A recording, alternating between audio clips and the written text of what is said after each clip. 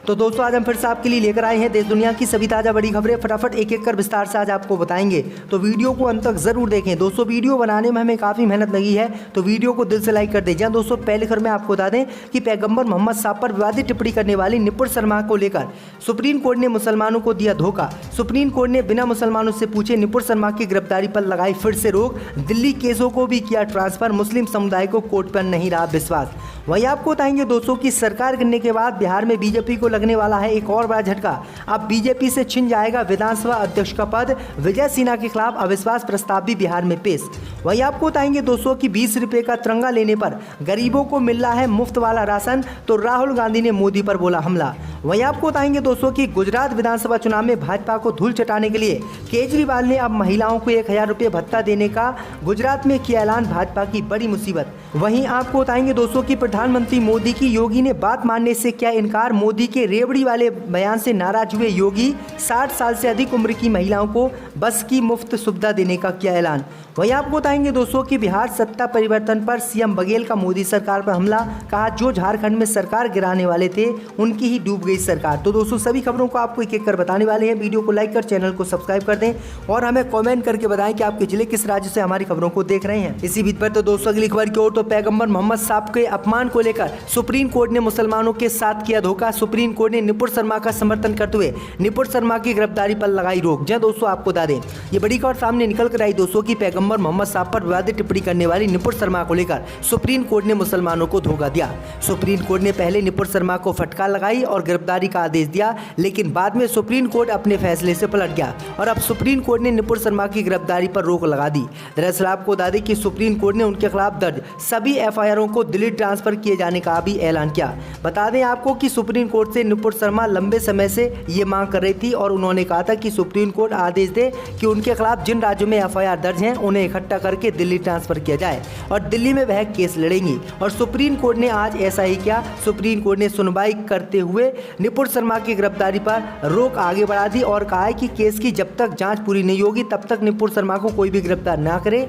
Supreme court ने निपुण शर्मा को कहा कि उनके खिलाफ दर्ज एफआईआरों को रद्द करने की मांग को लेकर वो दिल्ली हाई कोर्ट में याचिका दाखिल करे। दरअसल आपको बता दें कि सुप्रीम कोर्ट ने जब इस मामले में सुनवाई की थी तो 10 अगस्त तक सुप्रीम कोर्ट ने निपुण शर्मा की गिरफ्तारी पर रोक लगाई थी, लेकिन कल यानी 10 अगस्त को सुप्रीम कोर्ट ने दोबारा से इस मामले में सुनवाई की और फिर निपुण शर्मा के समर्थन में ही फैसला सुना दिया, जिससे मुस्लिम समुदाय नाराज है। मुस्लिम समुदाय को उम्मीद थी कि बाबरी मस्जिद के बाद ये फैसला उनके पक्ष में आ सकता है, लेकिन ये फैसला भी उनके पक्ष में नहीं आया। इसी बीच पर तो दोस्तों अगली खबर की ओर, तो सरकार गिरने के बाद बिहार में बीजेपी को लगा एक और बड़ा झटका। अब जाएगा विधानसभा अध्यक्ष का पद।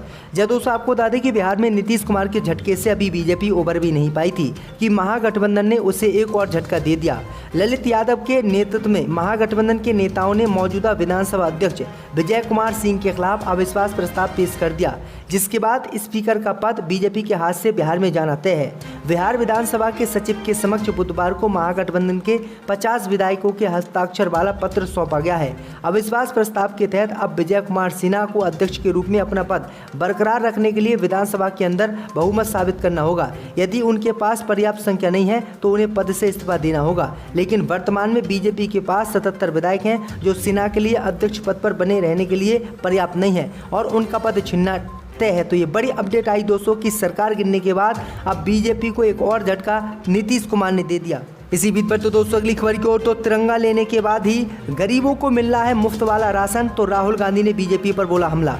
जब दोस्तों आपको बता दें कि राशन देने के बदले गरीबों से तिरंगा के नाम पर जबरन 20 रुपये की वसूली किए जाने वाले वीडियो पर राहुल गांधी ने केंद्र की मोदी सरकार पर हमला बोला।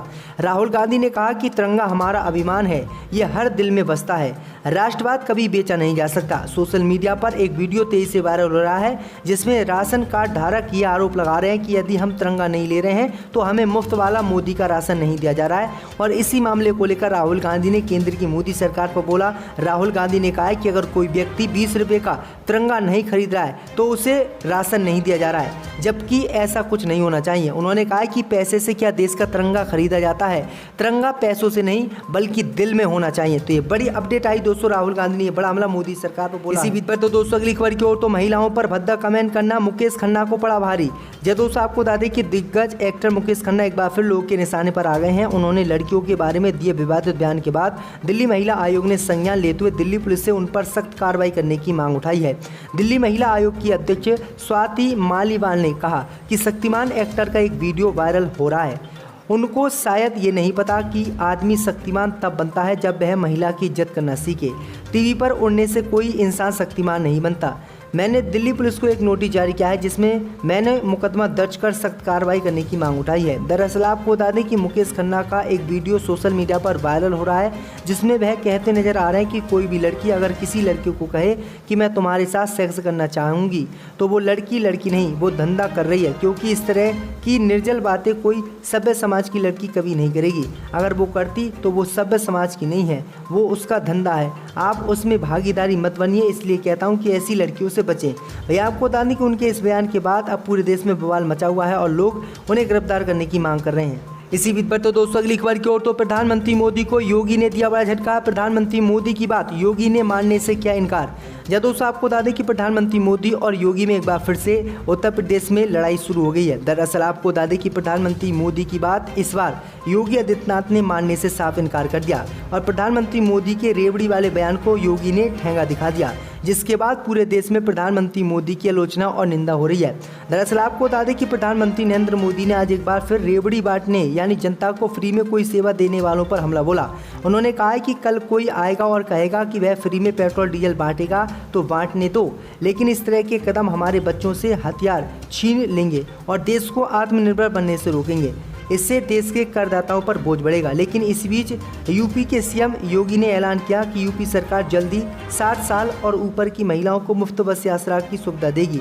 इस घोषणा के तुरंत बाद ट्विटर पर योगी अपोज मोदी ट्रेंड करने लगा, जिसमें लोग तरह तरह के मीम और पुराने भाषण शेयर कर रहे हैं। दरअसल आपको बता दें कि योगी ने 60 साल से ऊपर की उम्र की महिलाओं को मुफ्त बस यात्रा करने का ऐलान किया, तो योगी और मोदी में अब बात नहीं बननी है। तो ये बड़ी अपडेट आई दोस्तों की जहां प्रधानमंत्री मोदी रेवड़ी कल्चर को खत्म कर रहे हैं तो योगी इसको बढ़ावा दे रहे हैं, यानी योगी प्रधानमंत्री मोदी की बात मानने के लिए देश में तैयार नहीं है। इसी बीच पर तो दोस्तों अगली खबर की ओर तो गुजरात में बीजेपी को चुनाव हराने के लिए अब गुजरात में आम आदमी पार्टी ने महिलाओं को 1000 रुपये भत्ता देने का किया ऐलान।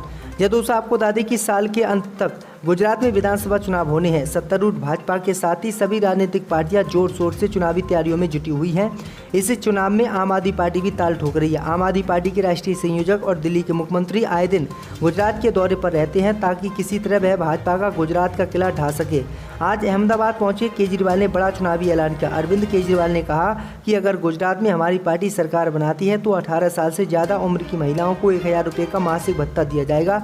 दिल्ली के मुख्यमंत्री अरविंद केजरीवाल ने आगे कहा कि ये भत्ता उन्हीं महिलाओं को दिया जाएगा जो इसके लिए स्वीकृति देंगी। गुजरात में अपने चुनावी अभियान के तहत केजरीवाल ने लोगों को यहाँ 5वीं गारंटी दी। कार्यक्रम में सैकड़ों महिलाओं के सामने केजरीवाल ने कहा कि 1000 रुपये कोई रेवड़ी नहीं है, ये आपका हक है। जनता का पैसा जनता के पास जाना चाहिए, ना कि स्विग बैंक में जाना चाहिए। तो ये बड़ी अपडेट आ रही दोस्तों। इसी बीच पर तो दोस्तों अगली खबर की ओर तो संजय रावत से मिलने पहुंचे सांसद और 2 विधायकों को नहीं दिया गया मिलने का समय। आर्थर रोड जेल में बंद है शिवसेना नेता।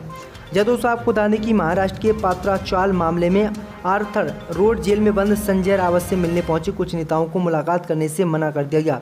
आर्थर रोड जेल में बंद शिवसेना नेता और सांसद संजय रावत से मिलने के लिए एक सांसद और 2 विधायक पहुंचे थे, लेकिन जेल प्रशासन ने उन्हें मिलने से रोक दिया। जेल प्रशासन ने कहा कि पात्राचाल मामले में गिरफ्तार आरोपी संजय रावत से मिलने के लिए कोर्ट के आदेश या अनुमति के बिना मिलने नहीं दिया जाएगा।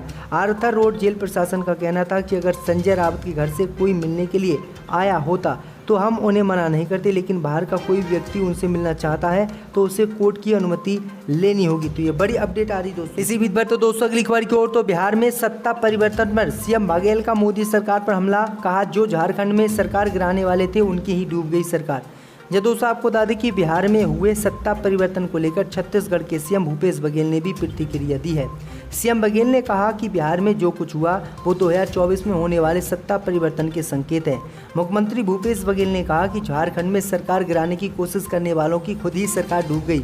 न्यूज एजेंसी ANI ने एक वीडियो भी जारी किया है जिसमें भूपेश बघेल ये कह रहे हैं कि वे भाजपा झारखंड में सरकार गिराने वाले थे, अब खुद ही सरकार उनकी डूब गई। जो दूसरे के लिए गड्ढा खोदता है वो कई बार खुद भी गिर जाता है। एनडीए के प्रमुख साथी एक एक करके साथ छोड़ते जा रहे हैं। पहले अकाली दल, फिर शिवसेना और अब जेडीयू ने भी बीजेपी का साथ छोड़ दिया। तो ये बड़ी अपडेट आ रही दोस्तों कि बीजेपी के लिए 2024 में काफ़ी मुश्किल होने वाली है, क्योंकि जो भी क्षेत्रीय गठबंधन थे, क्षेत्रीय दल की जो पार्टियां थी, वो सभी बीजेपी से नाराज होकर मुंह भंग कर रही हैं और लगातार इनका साथ छोड़कर अन्य पार्टियों के साथ गठबंधन में जा रही हैं। तो भाजपा को ये बड़ा झटका बिहार में लगा है।